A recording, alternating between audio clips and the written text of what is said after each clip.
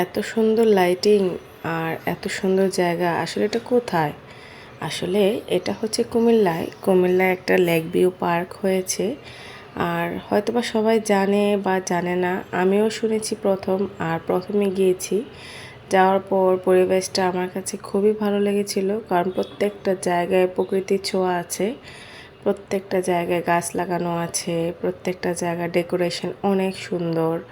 তারপর সামনের দিকে আছে একটা লেক, যেখানে খুবই ভালো লাগে আর বাতাস প্রচুর।